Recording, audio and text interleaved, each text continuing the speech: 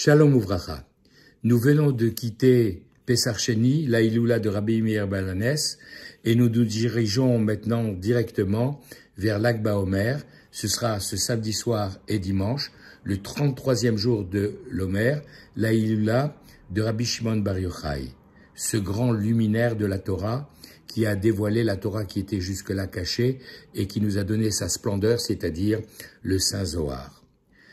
Son histoire est racontée dans la Gemara Shabbat notamment, où à la page 33, comme par hasard, on nous raconte les événements qui ont conduit justement à cette fête de Lag BaOmer.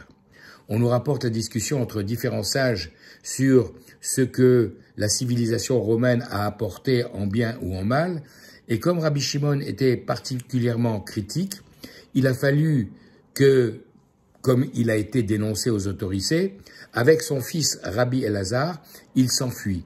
Dans un premier temps, en se cachant au Beth Midrash dans la maison d'études, et comme il avait peur qu'on le trouve, il s'est finalement réfugié dans une grotte où il est resté pendant 12 ans, alimenté par un caroubier ainsi qu'au cours d'eau qui courait devant cette grotte. Chaque jour, le prophète Élie venait lui rendre visite pour lui révéler les plus grands secrets de la Torah, et il est resté pendant 12 ans dans cette grotte. Pour ne pas user ses vêtements, il s'enfouillait dans le sable toute la journée pour étudier, et seulement au moment des prières, il sortait, mettait ses vêtements, le temps de la prière avant de retourner dans le sable. Au bout de 12 ans,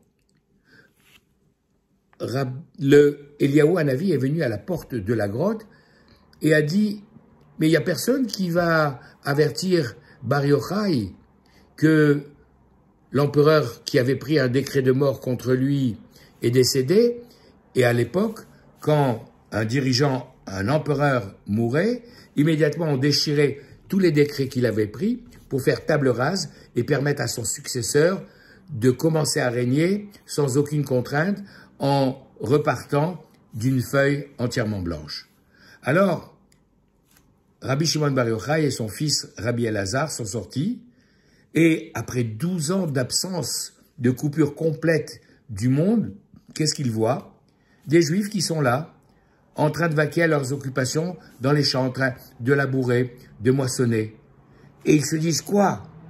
Au lieu de s'occuper de la vie éternelle, d'étudier la Torah comme on l'a fait pendant 12 ans, ils sont là en train de s'occuper de choses matérielles, et de leur regard de feu, ils faisaient s'enflammer tout ce qu'ils regardaient, les moissons brûlées, tout ce qu'ils regardaient, les objets qui leur appartenaient brûlés, si bien qu'une voix céleste est sortie du ciel pour dire « C'est pour ça que vous êtes sortis de la grotte, pour détruire mon monde, alors retournez vite dans votre grotte. » Et ils y sont restés 12 mois supplémentaires. D'ailleurs, à cet endroit-là, très précisément, à la page 33 de la Gemara Shabbat, il est écrit que c'est de là que l'on sait que le séjour des Réchaïm, des impies, dans le Gehinam, dans le purgatoire, dure justement 12 mois, parce que c'est le délai qui leur était nécessaire pour expier leurs fautes, pour qu'elles soient pardonnées, parce qu'ils avaient porté atteinte au bien, aux fruits du travail de ces Juifs qui avaient labouré, moissonné leur récolte. Au bout de 12 mois, une voix céleste est à nouveau venue proclamer « Vous pouvez sortir maintenant de la grotte ». À ce moment-là, Rabbi Shimon Bar Yochai et son fils sont retournés dans la civilisation, et cette fois-ci, la Gemara nous dit qu'à chaque fois que Rabbi Elazar, qui était plus jeune, plus impétueux et encore plus rigide, frappé de son regard, son père Rabbi Shimon, qui avait compris l'enseignement, guérissait. La Gemara continue en nous disant que, au terme de leur voyage de retour, ils arrivent le vendredi après-midi, juste un peu avant Shabbat, à destination, et qu'est-ce qu'ils voient? Un vieil homme en train de courir, avec dans la main 2 branches de myrte. Et il dit, vieil homme, pourquoi tu cours? Il lui dit, mais c'est bientôt Shabbat. Mais pourquoi tu as ces 2 bouquets de myrte dans les mains? En l'honneur de Shabbat, bien entendu. Mais un seul ne suffirait-il pas? Pourquoi en as-tu 2? Un pour Zachor, un pour Shamor. Un pour Zachor, souviens-toi, par ce mot commence la première édition des 10 paroles, des 10 commandements dans la parashat Yitro, au moment du Matan Torah, du don de la Torah. Et lorsque Moshe Rabbeinu va répéter dans le livre de Dvarim, dans la parashat Vaetranan, ces mêmes 10 commandements, il commencera par Shamor. Et comme on le chante tous les vendredis soirs dans l'Echadodi, Shamor vezachor bedibur echad, Shamor, respecte, Zachor, souviens-toi, ont été dits dans une même parole, et j'ai dit Shamor vezachor comme dans la chanson, alors que en réalité, chronologiquement, c'est Zachor d'abord et Shamor après, et la raison en est très simple, c'est que comme l'auteur a voulu mettre son nom en acrostiche, s'il avait mis Zachor Veshamor, on aurait lu qu'il s'appelle Zlomo Alevi, mais comme il s'appelle Shlomo Alevi, par coquetterie, il a dit Shamor Vezachor en intervertissant ces 2 termes. Toujours est-il que quand ils ont entendu ce vieil homme, d'ailleurs, dont les Tosfot nous disent qu'à chaque fois qu'on parle d'un vieil homme qu'un sage rencontre dans la Gemara, il ne s'agit de personne d'autre que Eliyahu Hanavi en personne. Donc quand ils ont entendu ce vieil homme, comprenez, Eliyahu Hanavi, leur dire, mais j'ai ces 2 bouquets, ces 2 brins de myrte, en l'honneur de Shabbat, Shamor, Vezachor, respecte le Shabbat, souviens-toi du jour de Shabbat, ils ont été apaisés. Et ils ont dit, regarde, Rabbi Shimon Bar Yochai a dit à son fils, tu vois mon fils, les Juifs, ils travaillent dans ce monde. Ils consacrent une partie de leur temps à leur activité professionnelle, mais tout ça pour pouvoir accomplir comme il convient les mitzvot, et en particulier celle du Shabbat.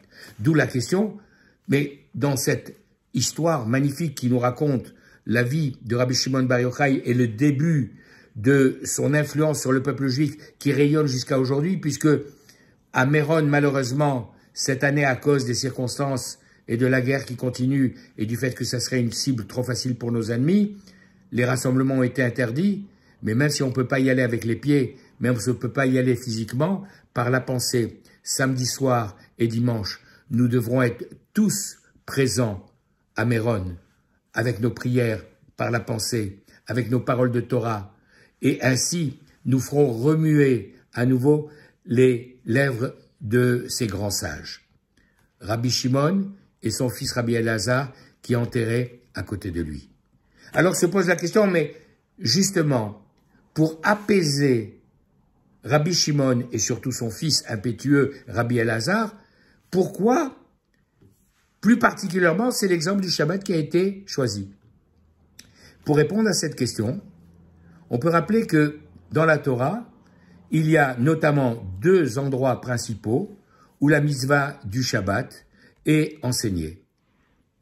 La dernière fois que nous l'avons vu, c'était dans l'avant-dernière paracha du livre de Shemot, de la paracha de Vayakel, où après avoir donné toutes les instructions sur la construction du Mishkan, alors, au moment de commencer le travail, Vayakel Moshe.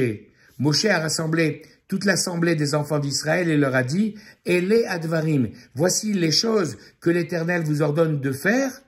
Et alors qu'on s'attend à entendre les directives concernant la construction du Mishkan, du tabernacle, la Torah nous dit « Sheshet yamim te'aseh melacha » pendant 6 jours, ton travail sera fait. Uvayom hashivi, et le 7e jour, ce sera pour vous un jour saint, Shabbat Shabbaton, un jour d'une double sainteté, qui sera pour l'Éternel, et toute personne qui y ferait un travail serait passible d'une peine de mort.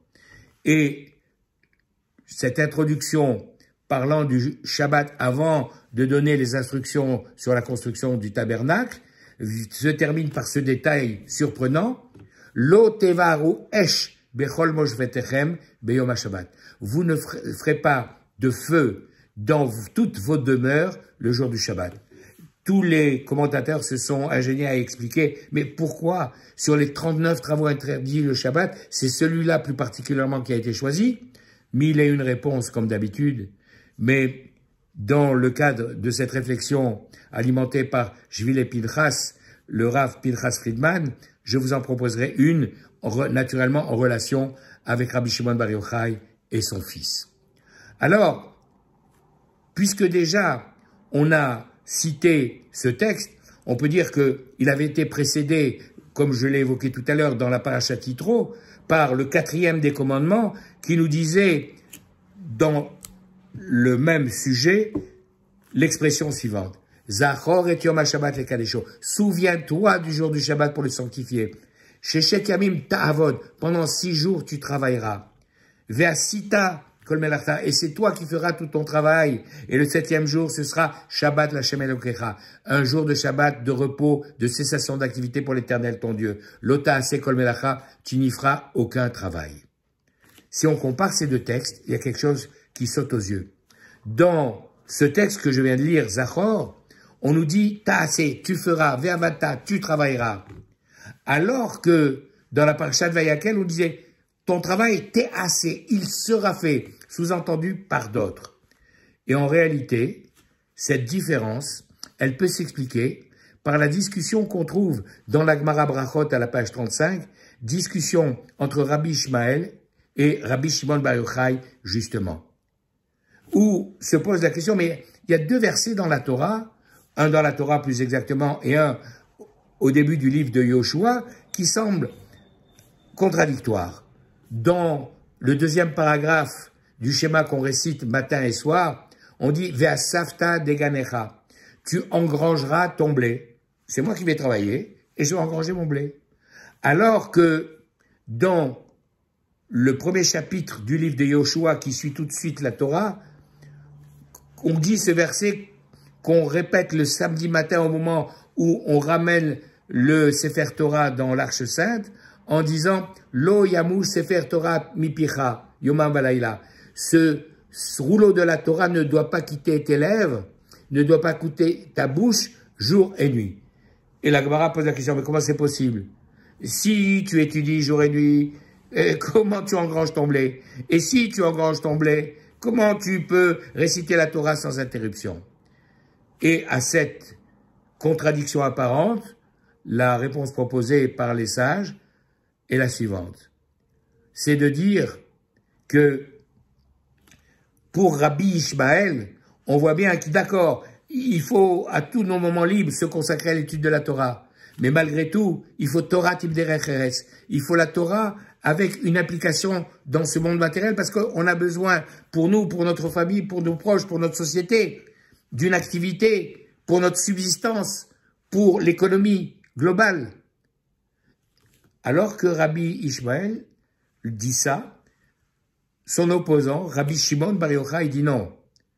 Les 2 versets sont à comprendre de la manière suivante. Si nous faisons la volonté de Dieu, alors s'appliquera un autre verset. Un verset qui se trouve dans le livre d'Isaïe, où on nous dit qu'il y a d'autres personnes qui viendront, des étrangers, pour faire paître nos troupeaux, c'est-à-dire qu'ils feront notre travail à notre place.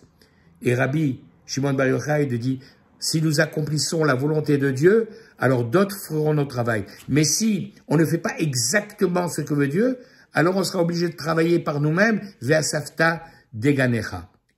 En réalité,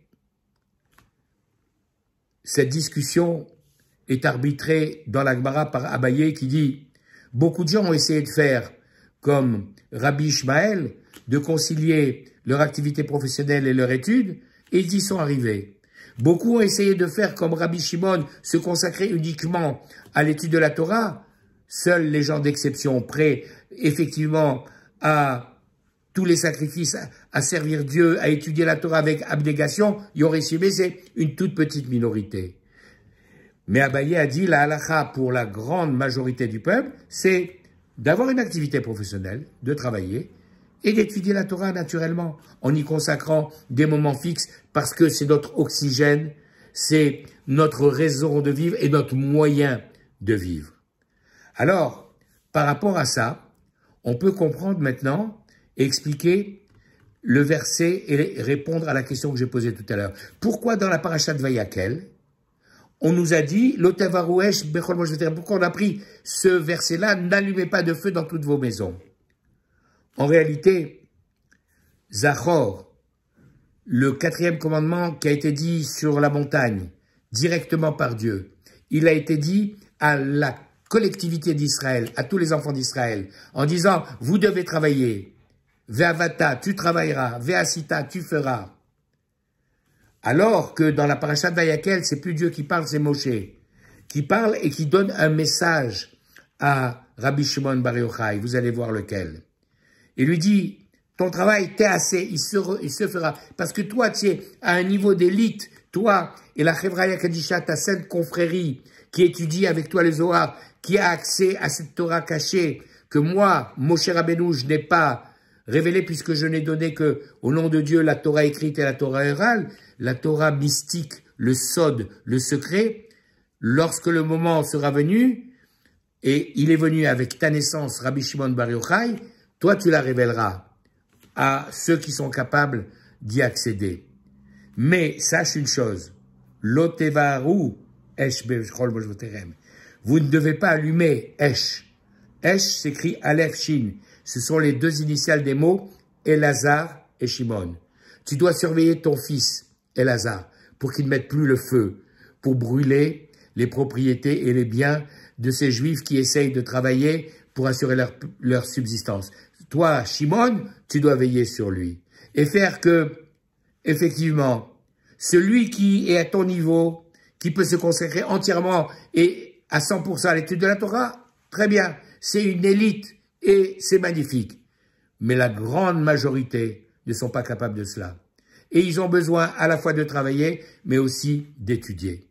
Et c'est ça, finalement, le message et la conclusion de l'histoire que je vous ai racontée tout à l'heure, et que vient de dire ce vieil homme, Eliyahu Hanavi, en disant, regardez, ce Shabbat, ce saint Shabbat, je l'honore avec ces bouquets de myrrhe pour respirer leur odeur et dire une bracha en l'honneur de Dieu, en l'honneur du Shabbat.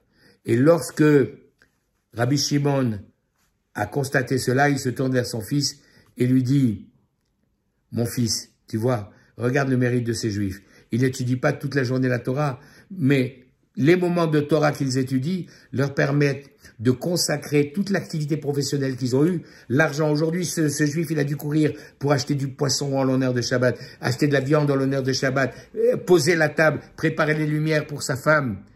Et là, maintenant, à la dernière minute avant Shabbat, il va chercher des fleurs, un bouquet de fleurs ou un bouquet de myrrhe pour respirer cette bonne odeur. Voilà la leçon que nous apprenons au nom de Rabbi Shimon Bar Yochai, que le mérite de ce tzaddik dont nous allons célébrer la Iloula, les noces célestes d'élévation de son âme, le 18 Iyar, 33e jour de l'Omer, soit pour nous tous une source de bénédiction, de protection pour tous les soldats qui assurent la défense d'Israël, que Dieu leur permette de revenir sains et saufs à la maison, qu'il protège tout le peuple d'Israël là où il se trouve, aussi bien sur la Terre Sainte qu'en dehors, qu'il amène la guérison complète à tous les blessés et qu'il permette la délivrance de tous les otages. Shabbat Shalom, Kol Tuv et Lag Baomer Sameach, que nous puissions fêter cette fête dans la joie. Amen.